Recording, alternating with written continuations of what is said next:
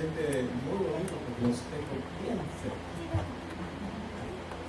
Es una bendición el poder estar en la casa del Señor y vamos a estudiar la palabra de Él en esta hora. Hace unos días yo les mencionaba en que una iglesia debe tener por lo menos 4 pilares fuertes que sostengan la iglesia. Y uno es que la iglesia debe estar apegada a la palabra del Señor, o sea, sometida a la palabra de Dios. Segundo es, debe estar sometida al control del Espíritu Santo. En tercer lugar, debe estar saturada del amor de Dios. Y hace unos domingos prediqué sobre el vivir saturados del amor del Señor. Y por último, la iglesia debe estar comprometida con la misión que Jesucristo nos ha dejado. Porque si obedecemos la palabra, obedecemos al Espíritu Santo, nos amamos como Dios nos ha amado y hablamos de Jesucristo, creo que cumplimos la tarea que Él nos ha encomendado. Yo quisiera que hoy reflexionemos en esa verdad. Mire, una de las cosas de la iglesia a nivel mundial, por supuesto, no refiriéndonos acá solamente nosotros, sino a nivel mundial la iglesia necesita hacer una relectura de lo que es la misión realmente de la iglesia. Pero hacer una relectura desde Génesis hasta Apocalipsis, entender cuál es la misión que Dios nos ha dejado desde Génesis hasta Apocalipsis, pero sin olvidar la realidad de la iglesia, el contexto de la misma iglesia. Y cuando se hace esa relectura, nos vamos a dar cuenta que hay vacíos ministeriales que hemos olvidado. Hay vacíos, dimensiones ministeriales que hemos olvidado. Y el mundo está en cierta forma en medio de se utiliza esta palabra, en medio de la cosmovisión, o sea, la visión que tenemos del mundo. Vemos que en este caso está luchando todos los días. O sea, el mundo, al ver lo que nos rodea, está luchando todos los días, fíjense bien, para desfigurar la identidad de la iglesia, para como mancharla, ¿verdad? Mancharla. Y el mundo está trabajando fuertemente porque detrás del mundo está una fuerza mayor que está empujando y que es el mismo diablo. Porque el diablo no quiere que la iglesia sea fuerte, no quiere que la iglesia sea poderosa y que influya, que influencie en el mundo, en la sociedad que vivimos. Entonces, la iglesia en cierta forma ha perdido su propia identidad. A veces nos confunde, ¿verdad? Como hay otros movimientos que dicen ser parecidos, entonces de repente, bueno, ¿estos son evangélicos o no? Y entonces todo eso lo que hace es desfigurar la imagen. Sin embargo, entre más nosotros como iglesia queremos cuidar esa identidad, el diablo trabaja más enviando dardos para seguir luchando contra nosotros que somos el pueblo de Dios, somos el agente redentor que Dios tiene aquí en la tierra. Bueno, somos la agencia encargada de Dios para representar a nuestro Dios y dar a conocer el mensaje. Pero el mundo, el diablo y la carne misma confabulan, se unen para desfigurar nuestra propia imagen. Y así, cuando nosotros perdemos, fíjese, cuando como iglesia perdemos la identidad de quiénes somos, entonces perdemos la autoridad, el poder y la fuerza de convocación. ¿Por qué? Porque no tenemos la autoridad. Por ejemplo, si nosotros como cristianos, como individuos, no nos sometemos a la palabra de Dios, no nos sometemos al Espíritu Santo, no vivimos el amor de Dios, entonces no tenemos fuerza para cumplir esta misión que tenemos, ¿verdad? Porque el mundo está esperando que nosotros seamos diferentes. Es por ello que la misión que encontramos en la Biblia es interesante, pensando en que esta es Esto es lo que Jesucristo hizo. Oiga, en los 3 años y medio que Él se proyectó ministrar en la tierra, porque sus 30 años antes, pues Él estuvo aparte, no haciendo el ministerio público que vemos, por cuestión de la edad, por cuestión del plan de Dios, pero 3 años y medio fue suficiente para establecer su iglesia, preparar a sus 12 discípulos y a través de esos 12 discípulos llevar el mensaje al mundo entero. Oiga bien, solo por 12 los preparó, y es allí donde estamos tratando de ver. Quiero que por favor vayan a la Biblia y por favor busquen el libro de San Lucas. Vamos a ver en primer lugar que esto es lo que hizo Jesucristo en sus 3 años y medio: cumplir la voluntad de nuestro Dios, y que era dar a conocer a Dios. Esta era la misión de Jesucristo: dar a conocer a Dios. La tarea de la iglesia, ¿cuál es? Dar a conocer a Dios. Entonces dice el libro de San Lucas, en el capítulo 6, versículo 12. El capítulo 6 del libro de San Lucas, el capítulo 12.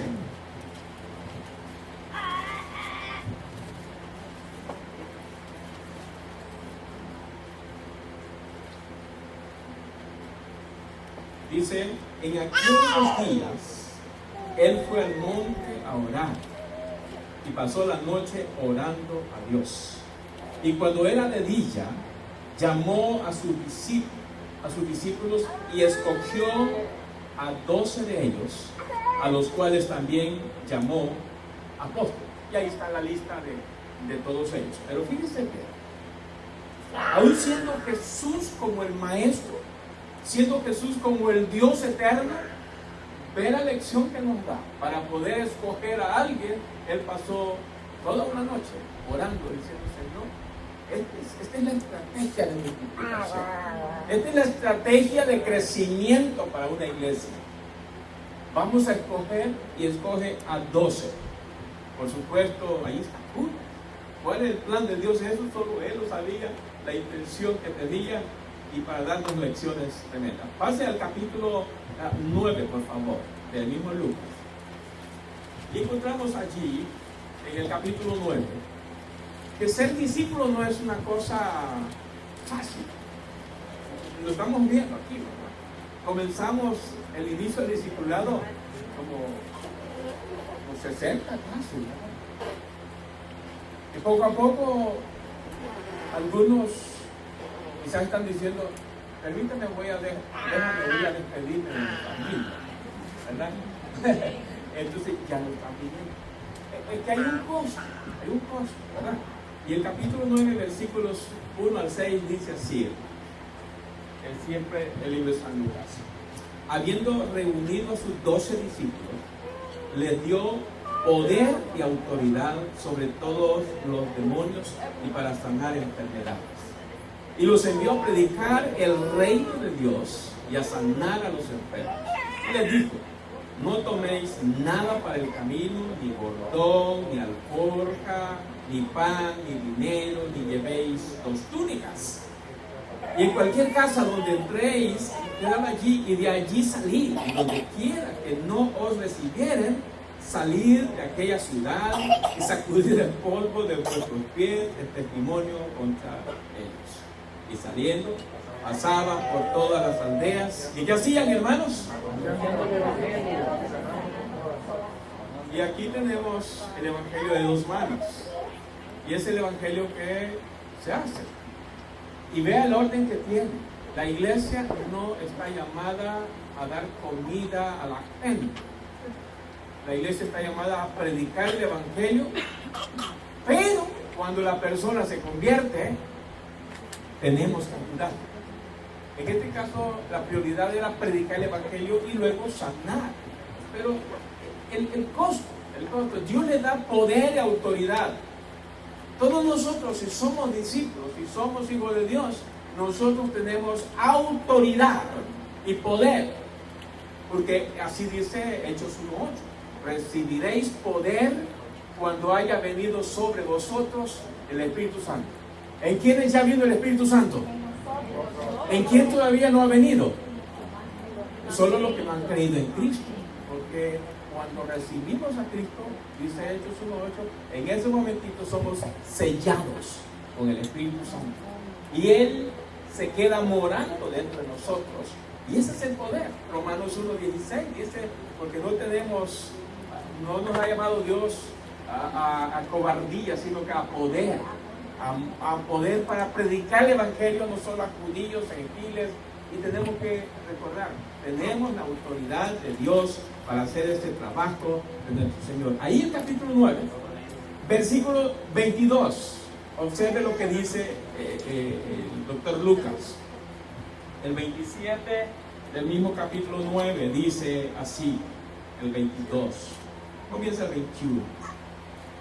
Pero Él les mandó que a nadie dijesen esto, encargándolos rigurosamente y diciendo, es necesario que el Hijo del Hombre padezca muchas cosas y sea desechado por los ancianos, por los principales sacerdotes, por los escribas, y que sea muerto y resucite el tercer día. Y decía a todos, vean conmigo, si alguno quiere venir en pos de mí, niéguese a sí mismo, tome su cruz cada día y porque todo el que quiera salvar su vida, la perderá. Y todo el que pierda su vida por causa de mí, la salvará. Interesante la palabra del Señor. El costo, hermanos, implica negarnos a nosotros mismos. Implica estar dispuesto a experimentar aún sufrimientos. Jesús dice, yo padecí todo esto, ustedes también. ¿Se recuerdan la lección del discipulado del domingo pasado? De los hijos del trueno.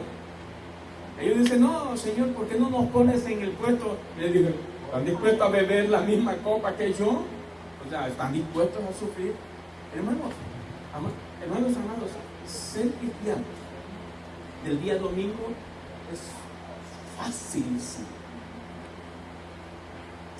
Pero el verdadero cristianismo se vive de lunes a sábado. La mejor predicación no es la que da el pastor, es la que damos nosotros todos los días fuera del templo. Porque aquí todos lo escuchan. Y para mí me es fácil hacerlo. El asunto es cómo vivirlo el día lunes, martes, miércoles, cuando el mundo, el diablo y la carne están como, ¿cómo se llaman esos pececitos que se comen a uno? Como pirañas, así. Están para ver. Y más si usted les dice que es evangélico, que usted es un líder, que a usted le gusta orar, que a usted le gusta leer la Biblia, están así de, vamos a ver si aguanta esta mordida. Así está. Y le meten a uno hasta, como se dice en mi pueblo, hasta zancadilla o trampas para ver si uno cae. Amén. Le ponen trampas. Pero cuando el cristiano deja de ser cristiano, porque eso es lo que quiero. Yo quiero que ustedes dejen de ser cristianos. Se conviertan en discípulos de Jesucristo. Jesús le dice, si alguno quiere venir en pos de mí, no, tenía multitudes, pero no todos estaban dispuestos. A uno le dice, ¿me sigues? Deja que vaya a enterrar a mi papá, y el papá estaba fuerte todavía seguramente, no pensaba en morirse. Pero hasta que se muere, ¿y cuánto falta que se muera? 50 años, pues entonces te vas a seguir. No, ninguno que quiera arar, dice, va a hacerlo bien si está mirando para otro lado. Entonces el costo es tremendo. Versículos 25 del capítulo 14. Esto es lo que Jesucristo hizo, hermanos amados. Estuvo 3 años con ellos, y entre ellos seguramente hubo discusiones, pleitos y todo eso, pero Él estaba enseñándoles en las calles todos los días. Versículo 25 del capítulo 14 del mismo Lucas, dice la palabra del Señor allí. Versículo 25. Grandes multitudes iban con Él, y volviéndole les dijo, si alguno viene a mí y no aborrece a su padre y su madre, mujer e hijos, hermanos y hermanas, aún también su propia vida, no puede ser mi discípulo. Y el que no lleva su cruz y viene en pos de mí, no puede ser mi discípulo. Porque ¿quién de vosotros, queriendo edificar una torre, no se sienta primero y calcula los gastos, a ver si tiene lo que necesita para acabarla? No sea que después que haya puesto el cimiento y no pueda acabarla, todos los que lo ven comiencen a hacerle burla de él, diciendo: este hombre comenzó a edificar y no pudo acabar. ¿O qué rey, al marchar a la guerra contra otro rey, no se sienta primero y considera si puede hacer frente con 10,000 al que viene contra él con 20,000? Y si no puede, cuando el otro está todavía lejos y le envía una embajada y le pide condiciones de paz. Así pues, cualquiera de vosotros que no renuncia a todo lo que posee puede ser mi discípulo. El costo, la inversión es la mejor, hermanos. El costo es elevado, pero la inversión es la mejor. O sea, yo me voy a gastar para el Señor, posiblemente sin lograr aquellas cosas que anhelo tener aquí en la tierra, pero usted está invirtiendo para el reino de los cielos. Usted tiene una cuenta bancaria en el cielo y usted puede hacer depósitos o puede hacer retiros. Cuando usted y yo nos portamos mal, está haciendo retiros, y lo poquito que nos está quedando allá está desapareciendo. Cuando usted obedece la palabra de Dios, se somete al Espíritu Santo, ama como Dios le ama y cumple la misión, usted está haciendo depósitos. Y es mejor hacer depósitos, ¿verdad? Porque cuando uno va a retirar se siente rico, decir: oh, voy a sacar $200 y la cuenta no le baja, dice: me alcanza. Pero cuando no tiene casi nada, dice: ay, yo voy a sacar los últimos 10 que me quedan. Se queda en cero. Esto es, hermanos, esto es lo que Jesucristo hizo. Ahora, esta es la comisión que Jesús les da a los discípulos. Vamos al capítulo 28 de Mateo. Y este es el pasaje titular del pastor Freddy, y es el pasaje titular de los discípulos, y es el pasaje titular que toda iglesia debe no solamente memorizarlo, porque es fácil memorizarlo, ¿verdad? El reto es cumplirlo. Y solo son unos cuantos versículos. Capítulo 28 de Mateo dice versículos 18 al 20. Y aquí encontramos ya específico la comisión que Jesucristo les da a los discípulos. Dice el versículo 18, bueno, lo saben de memoria, ¿verdad, hermano? Vamos juntos, dice: y Jesús se acercó y les habló diciendo: toda potestad me es dada en el cielo y en la tierra.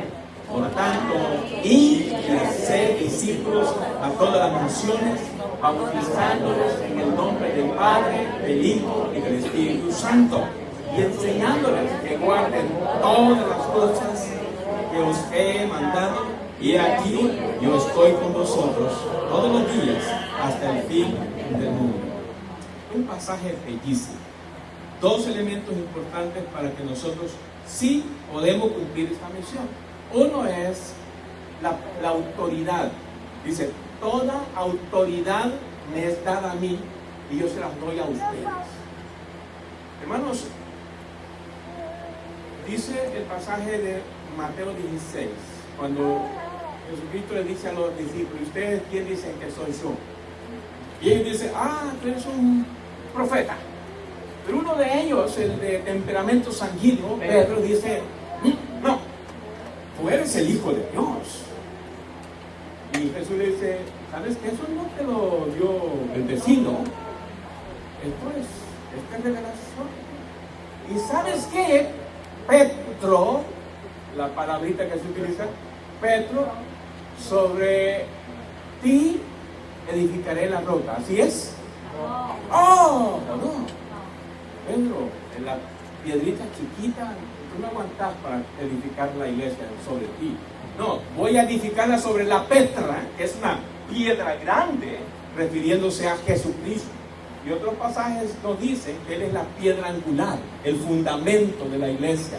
Pero ve, el siguiente pasaje, el versículo dice: y a ti te daré las llaves del reino, y todo lo que atares acá en la tierra será atado en el cielo, Eso es autoridad, hermanos. Y todos tenemos esa autoridad. Claro, en ese pasaje algunos han hecho unas malas interpretaciones totalmente separadas de lo que Jesús quiso decir.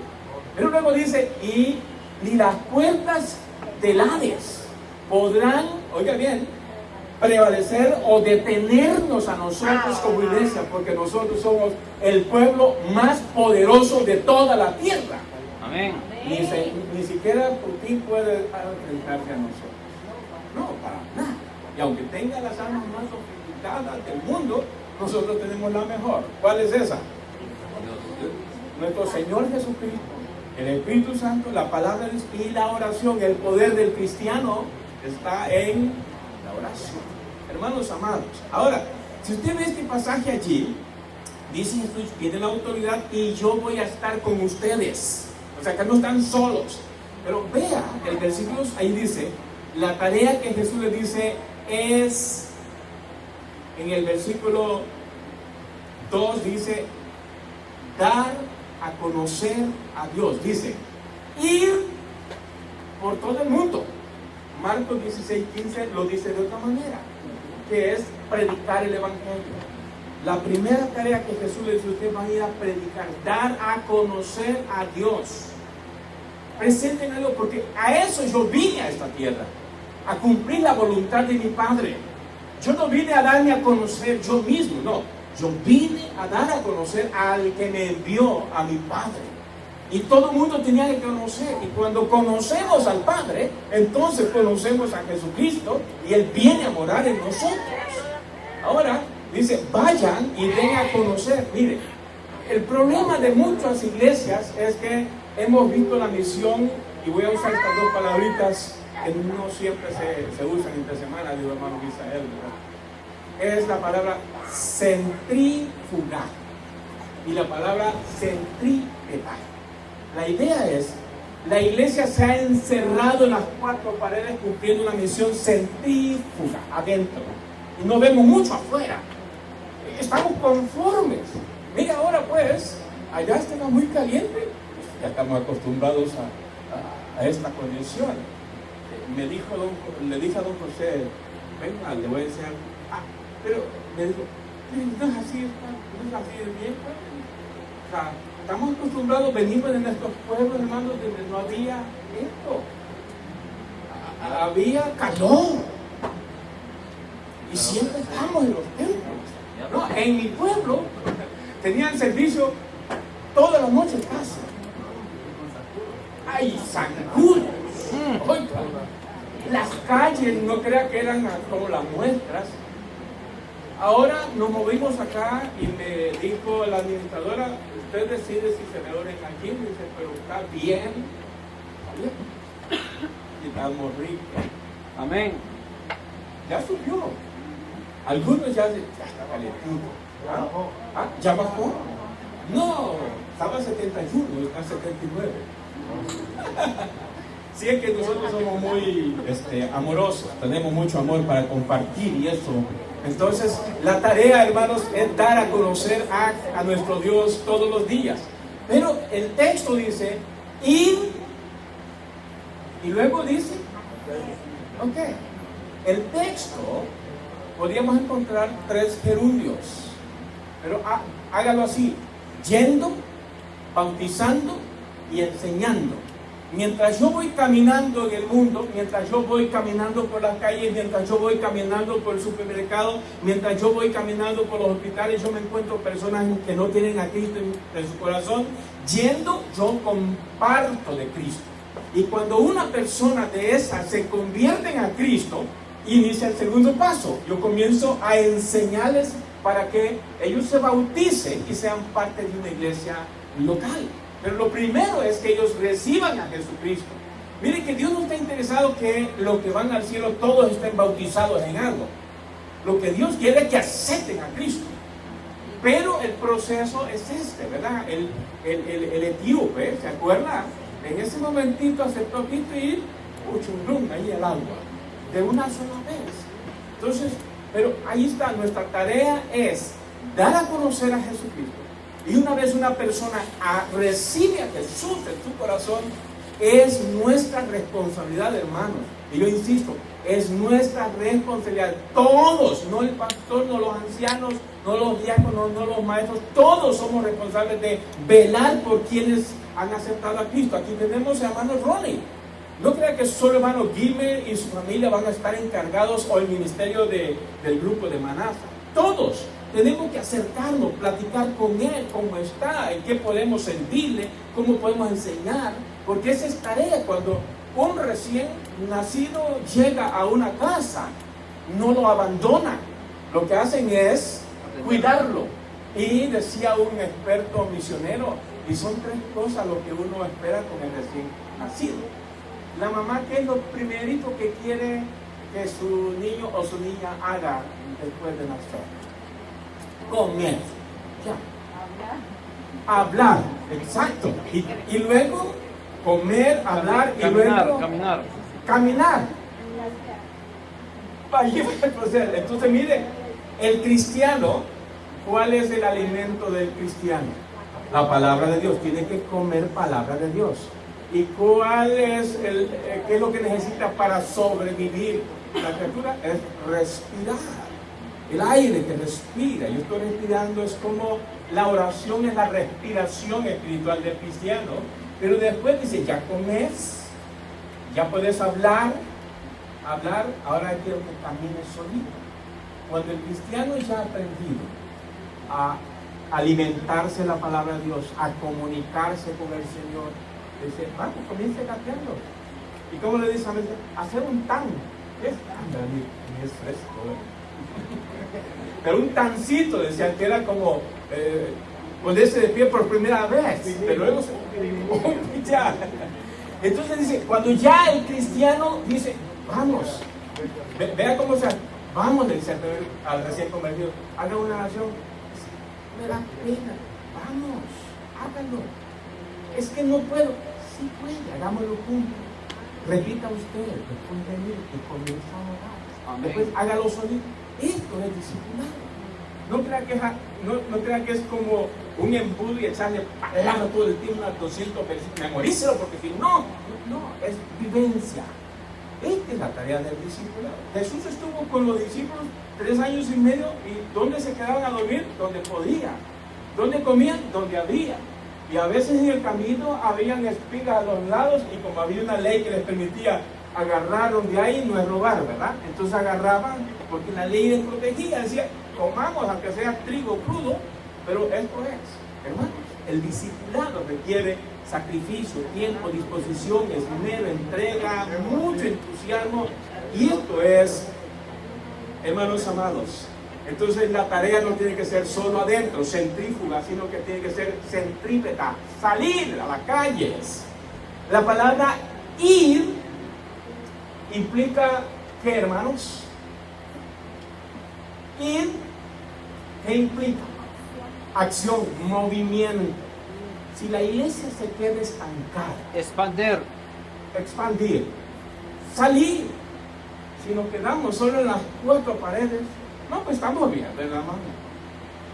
Estamos bien. El aire está rico, tenemos refrigerio después, tenemos buen parqueo. No dicen nada los riquitos. Ellos dicen todo esto de ustedes. No, estamos bien. Pero salgamos. El calor está pesado, el frío es fuerte, la nieve cuando cae. Y lo más tremendo es que las personas no crean que nos van a recibir con los brazos abiertos. Algunos nos van a tirar la puerta. Algunos nos van a decir, viejo pelón, a mí pues.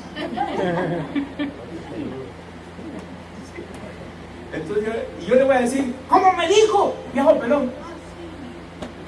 Chao. Es que no tenemos por qué ser. Esto es, y termino, hermanos. Vamos a 2 Timoteo capítulo 4. Y este es el encargo que a nosotros se nos hace en 2 Timoteo. Y ahí encontramos 4 razones por las cuales debemos predicar, cumplir la misión que el Señor nos ha dado. 2 Timoteo capítulo 4, versículos 1 al 8. Quiero que lo leamos juntos ahora, así en voz alta, por favor.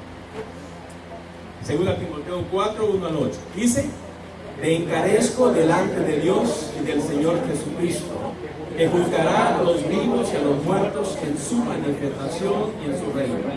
Que prediques la palabra, que instes a tiempo y fuera de tiempo, redarguye, reprende, exhorta con toda paciencia y doctrina. Porque vendrá tiempo cuando no sufrirá la sana doctrina, sino que teniendo comezón de oír, se amontonarán maestros conforme a su propia concupiscencia, y apartarán de la verdad el oído y se volverán a la fábula. Pero tú sé sobrio en todo, soporta las aflicciones, haz obra de evangelista, cumple tu ministerio, porque yo ya estoy para ser sacrificado y el tiempo de mi partida está cercano. He peleado la buena batalla, he acabado la carrera, he guardado la fe. Por lo demás me está guardada la corona de justicia, la cual me dará el Señor, pues justo en aquel día. Y no solo a mí, sino también a todos los que aman la venida del Señor. ¿Cuántos aman la venida del Señor, hermano? Amén. Pero eso lo dijo Pablo, porque él ya se había entregado toda su vida a servirse. Cuando nosotros estemos ya cansados de servir al Señor, porque ya no podemos más y tenemos que andar con bordón o andadera, con todo y eso, todavía puedo decir: Señor, terminé lo que tú me mandaste. Y me siento bien porque dediqué todo. Así que me espera la recompensa. Pero no solo a mí, sino a todos los que hagan lo mismo. Y entonces, el reto, ahora hermanos, ¿por qué él dice que es necesario cumplir esta tarea?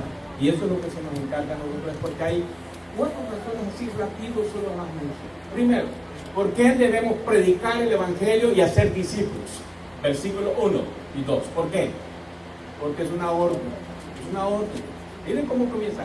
Te enfrento, te encaro, te encarezco enfrente de Dios y de nuestro Señor Jesucristo, que va a juzgar a los vivos y a los muertos. Y luego viene que prediques la palabra. Y esa es una orden. Es una orden. Y nos toca solamente obedecer. Y pregunto, ¿qué estamos haciendo?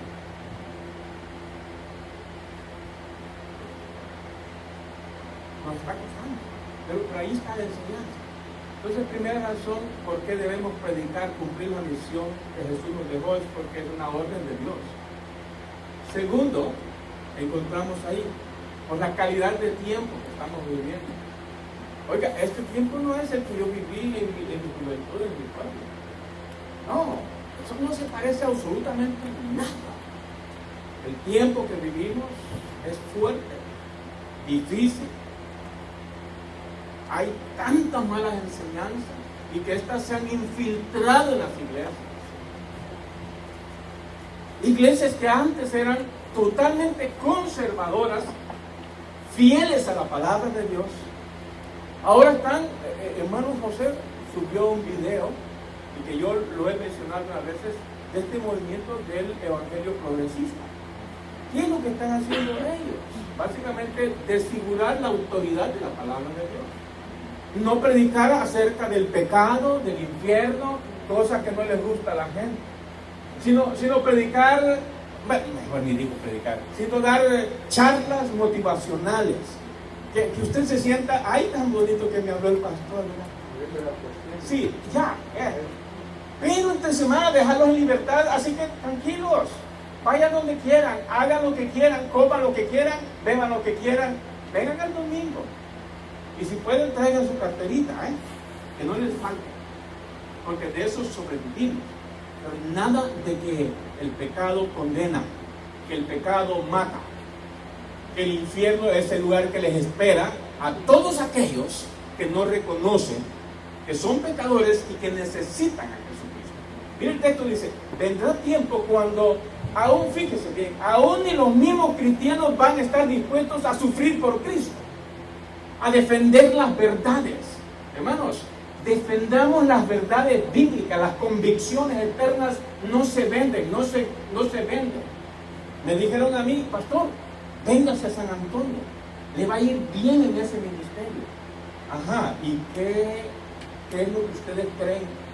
Solo hay dos doctrinas que usted tenía que señalas y que tal vez no van con usted. Disculpe, pero no puedo.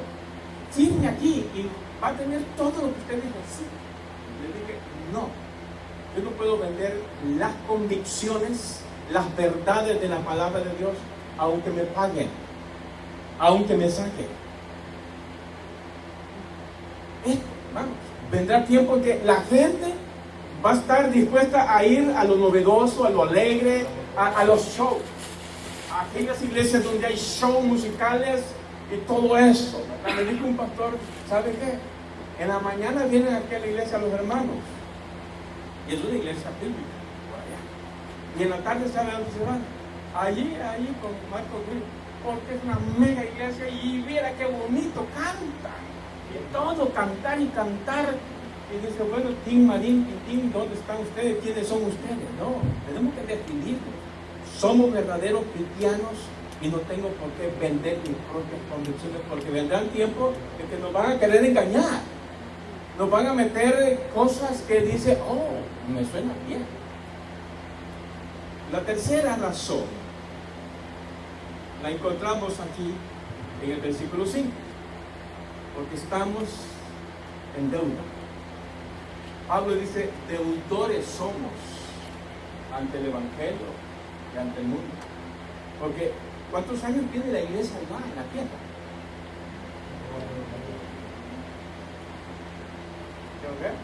Tal vez no tenemos los 2000, porque el 33 murió Jesucristo y estamos el 22, entonces todavía faltan.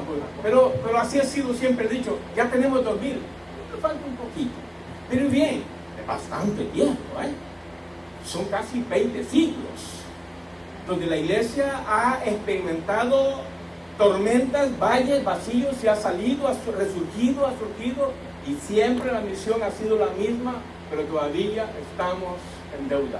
Por eso les dije al principio, al hacer la relectura de la misión de la Biblia desde Génesis hasta Apocalipsis, descubrimos que hay vacíos que no hemos llenado y que hay personas que todavía están esperando en nosotros mucho más de lo que estamos haciendo.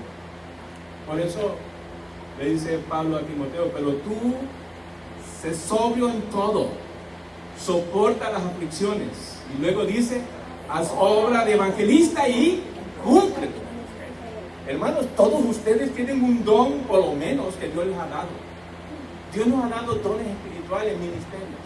La pregunta es, ¿lo estoy cumpliendo yo? Y esto es. Y por último, Pablo dice en los versículos 6 al 8, ¿saben qué? Yo no soy eterno. Yo necesito dejar a un Timoteo. Es lo mismo, mi esposa y yo. Aquí vamos a estar un tiempecito. Pero mi tarea es que detrás de mí queden por lo menos unos 4 predicadores. Ya, hermanos, tenemos 4 predicadores y ya lo estamos comenzando a ver. Mi tarea es esa, porque no solo yo soy el que puedo pasar al frente. Y lo que yo les dije a mis hermanos es, y la iglesia debe aprender a respetar y a creer en el potencial de sus mismos miembros. Amén.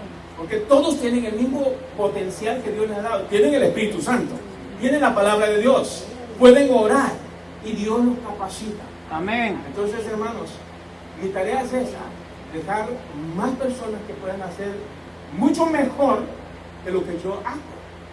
Pablo dice, el tiempo de mi partida,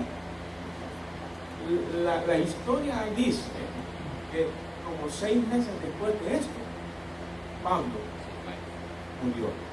Y murió de una manera cruel. Pero él dice, he terminado mi tarea. Y hice todo lo que me mandaste a hacer. Y vemos acá, hermano. Pero dijo, pero tú, Timoteo, 2 Timoteo 2:2, lo que has oído de mí ante muchos testigos, esto te encargo, para que tú le encargues a hombres, y el término hombres es genérico, hombres y mujeres, para que ellos y ellas sean idóneos o idóneas para enseñar también a otros. ¿Por qué, hermanos, estamos insistiendo en el discipulado, hermanos?